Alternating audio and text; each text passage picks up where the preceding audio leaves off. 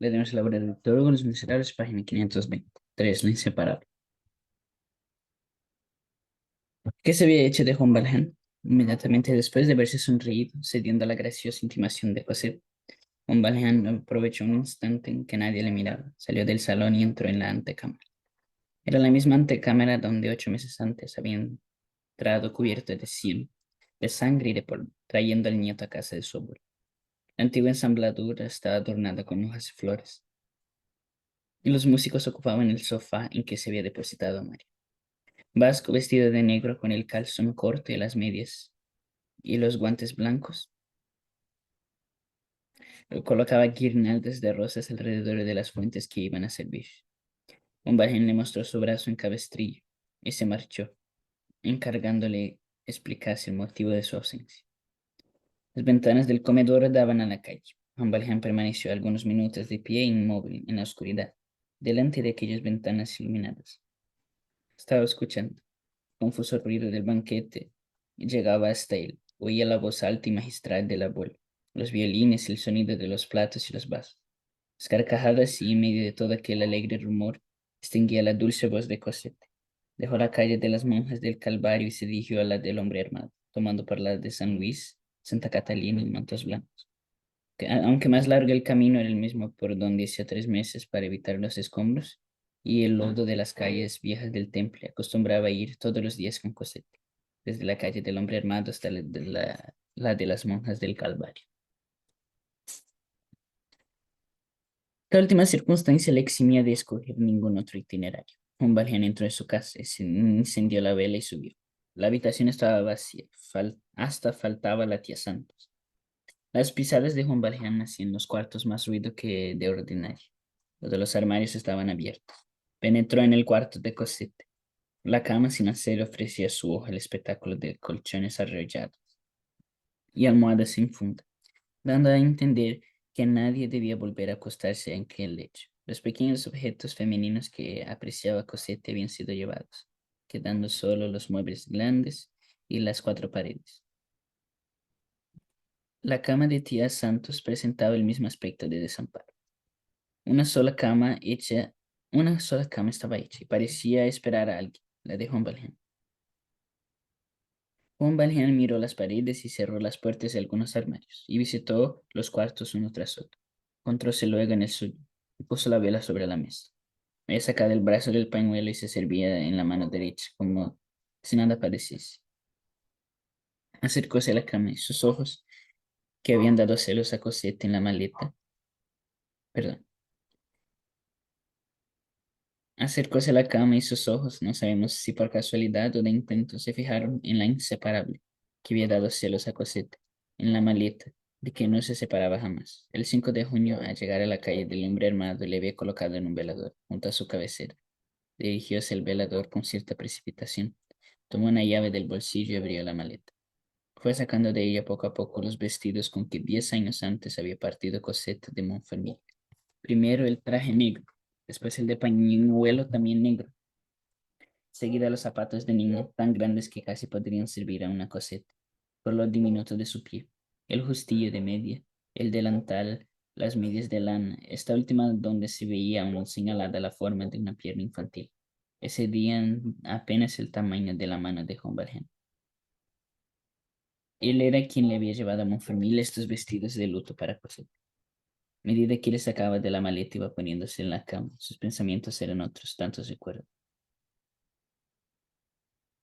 En invierno, en diciembre, con más frío que de costumbre, estaba tiritando la niña medio desnuda, apenas envuelta en harapos, con los pies amoratados y metidos en unos malos zapatos. Y él le había hecho dejar aquellos andrajos para vestirse de luto. La madre debía de alegrarse en la tumba al ver su hija de luto por ella, y sobre todo al verla vestida y abrigada. Pensaba en la selva de Montfermeil que había atravesado en compañía de Cosette. Pensaba en lo crudo del tiempo, en los árboles sin hojas, en el bosque sin pájaros, en el cielo sin sol. Pues así todo había sido su embeleso. Colocó en orden las prendas de vestir sobre la cama, el pañuelo junto a la saya, las medias cerca de los zapatos, el justillo al lado del traje y las contempló una tras otra, diciendo para sí, este era su tamaño, Tenía la muñeca en los brazos. Había guardado el Luis de oro en el bolsillo de este delantal y se reía. Íbamos los dos asidos de la mano. Solo contaba conmigo en el mundo. Al llegar aquí su blanca y venerable cabeza cayó sobre el lecho. El viejo corazón estoico pareció romperse. Su rostro se hundió, por decirlo así, en los vestidos de Cosette. Si alguien hubiera entonces andado en la escalera, habría oído terribles sollozos. 4. Inmortale Ieco. La antigua y formidable lucha, de que la hemos visto ya varias fases, empezó de nuevo. Jacob no luchó con el ángel más que una noche. Ay, cuántas veces hemos visto a Juan Valjean luchando en medio de las tinieblas, a brazo partido con su conciencia. Combate inaudito.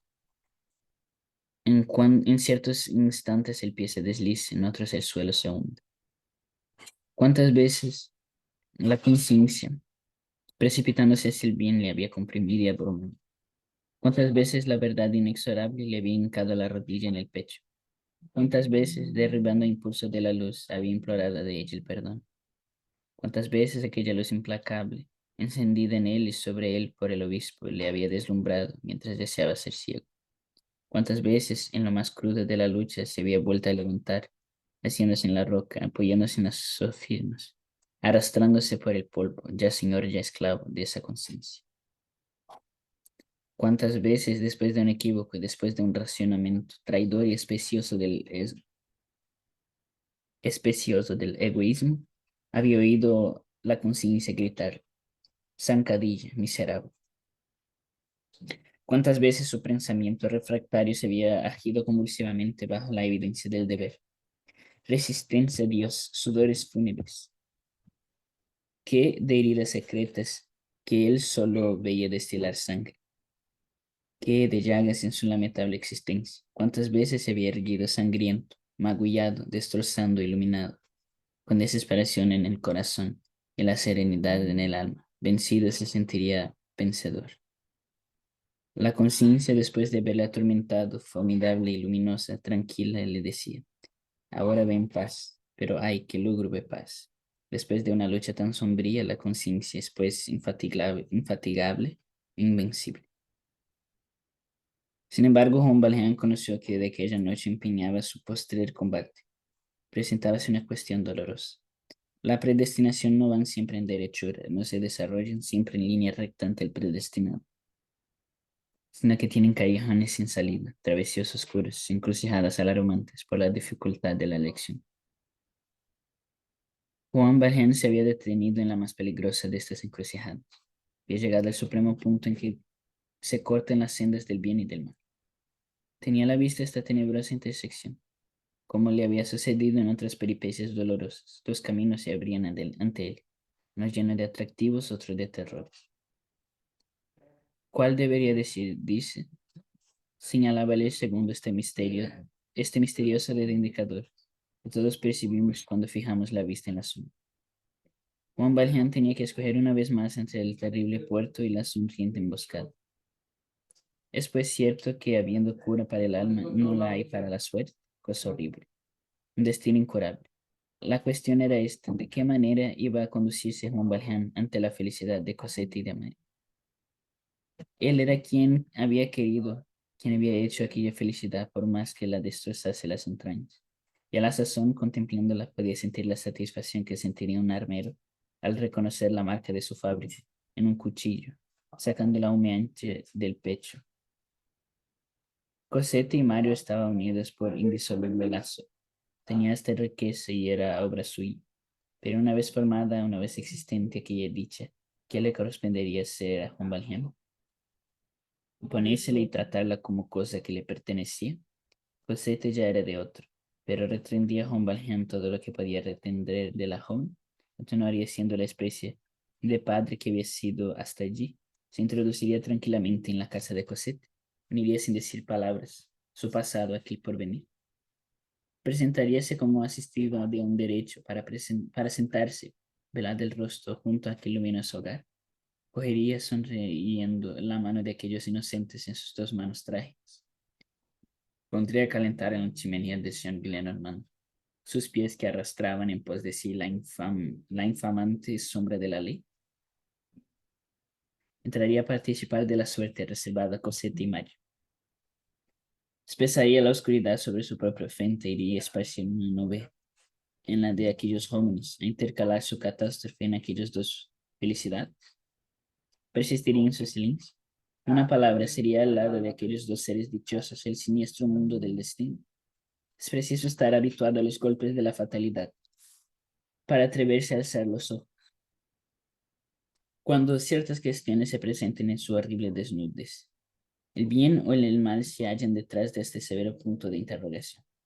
¿Qué vas a hacer? Pregunta la esfinge. Juan Valjean tenía el hábito de la prueba y miró fijamente a la esfinge. Examinó el terrible problema de todas sus fases. Cosette, divina criatura, era la tabla de la salvación de aquel náufrago. ¿Qué voy a hacer? Asiste fuertemente a ello o soltarla. Si lo primero le libraba del desastre, tornaba a ver la luz. El agua salada se escurría de sus vestidos y de sus cabellos. Se habría salvado, vivía. Si lo segundo, entonces el abismo. Aconsejábale de este modo dolorosamente con su pensamiento. Mejor dicho, combatía furioso dentro de sí mismo, ya con su voluntad, ya con sus convicciones. Fue una dicha para Juan Valjean haber podido llorar. Esto quizá le iluminó. Al principio, no obstante, la tempestad tomó un aspecto horrible, desencadenándose con más violencia de la que le impulsó hacia Arras. El pasado reaparecía ante él, comparaba y sollozaba. Una vez abierta la esclusa de las lágrimas, aquel desesperado se sintió como detenido.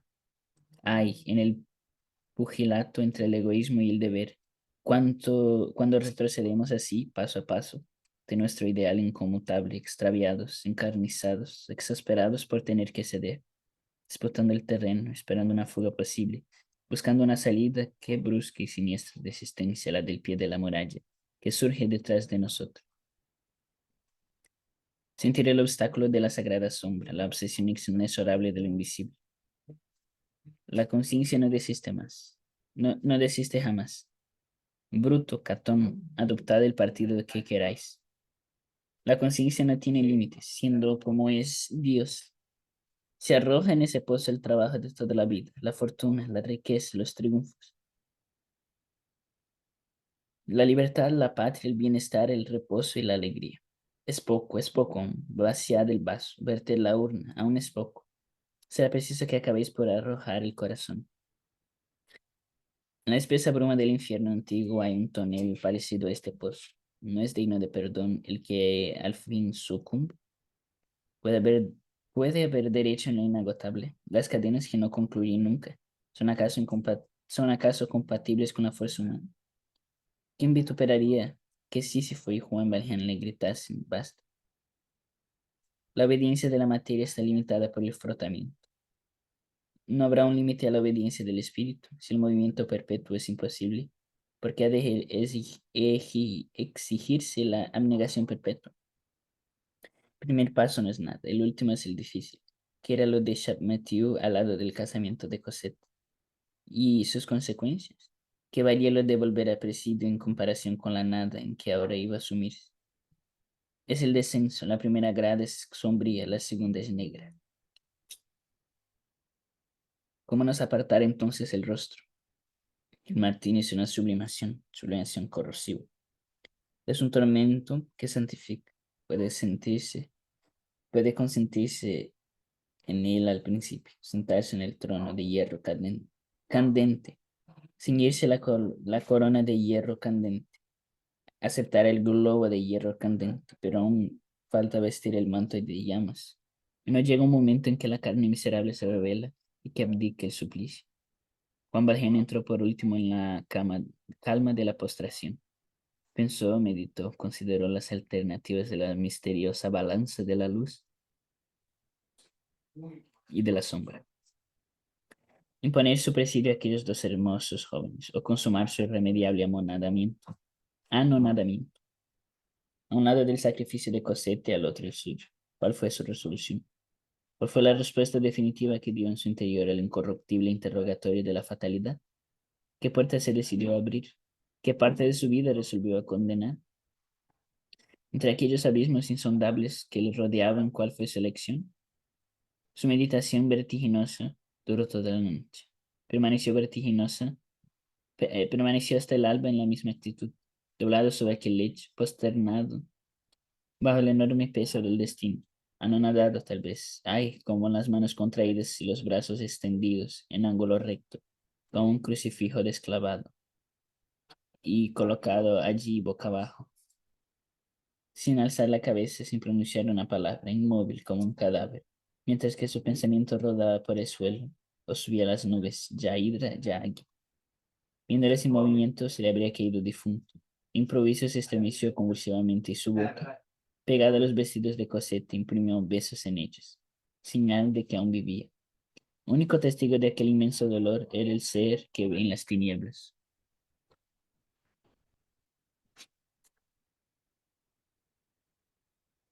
Libro séptimo. La última gota del cáliz de la amargura. 1. El séptimo círculo y el octavo cielo. Las tornabodas son solitarias.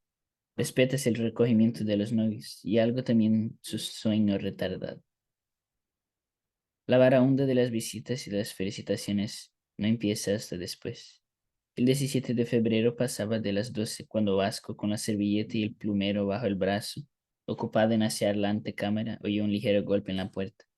No había tirado de la campanilla conducta discreta en semejante día. Vasco abrió y vio al señor Fauchelevent.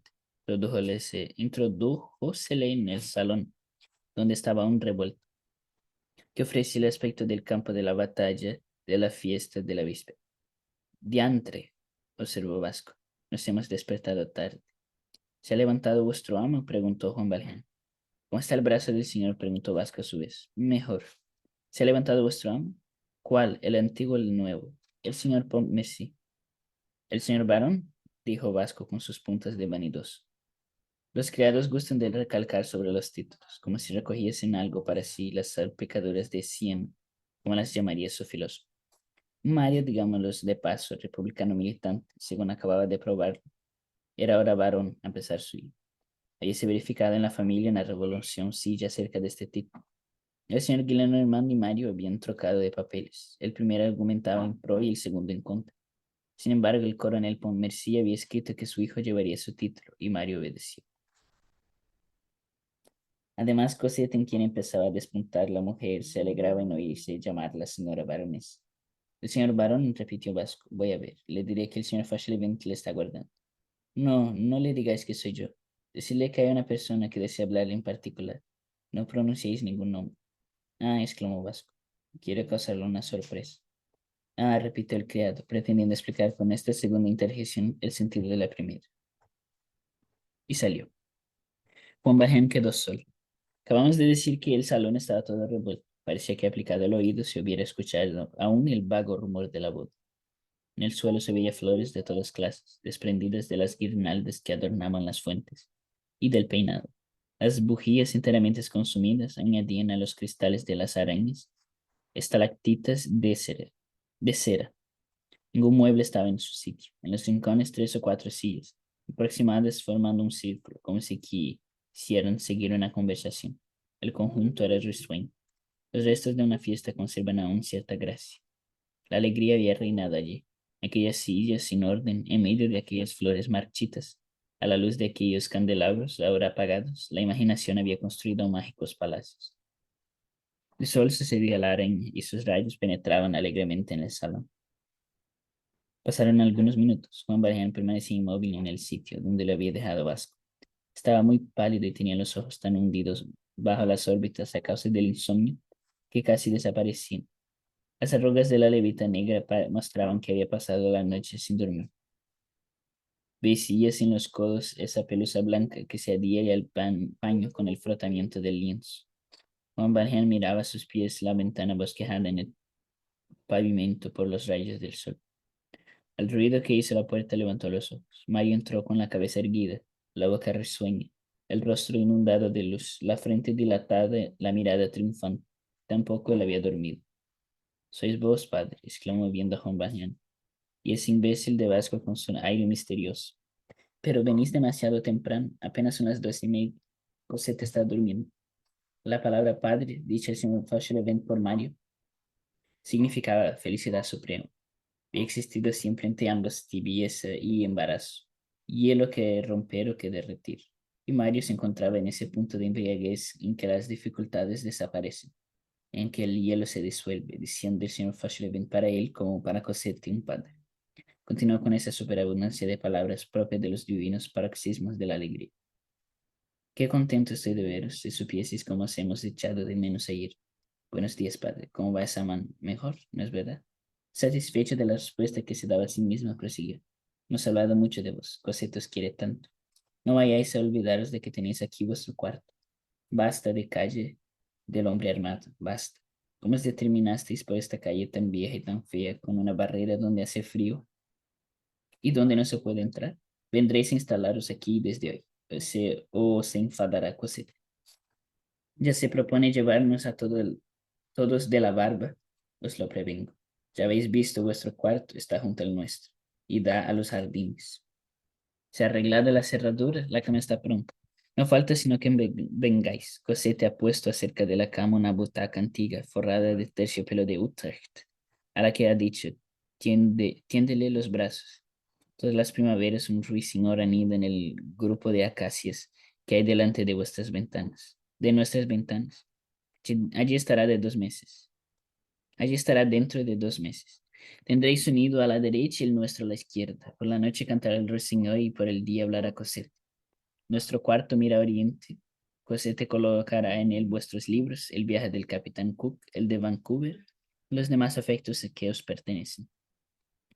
Hay una maletita que me han dicho apreciáis en alto grado. Pues bien, le he destinado un sitio de honor. Habéis conquistado a mi abuelo, le agradáis sobremanera. Viviremos todos juntos. ¿Sabéis jugar el whist?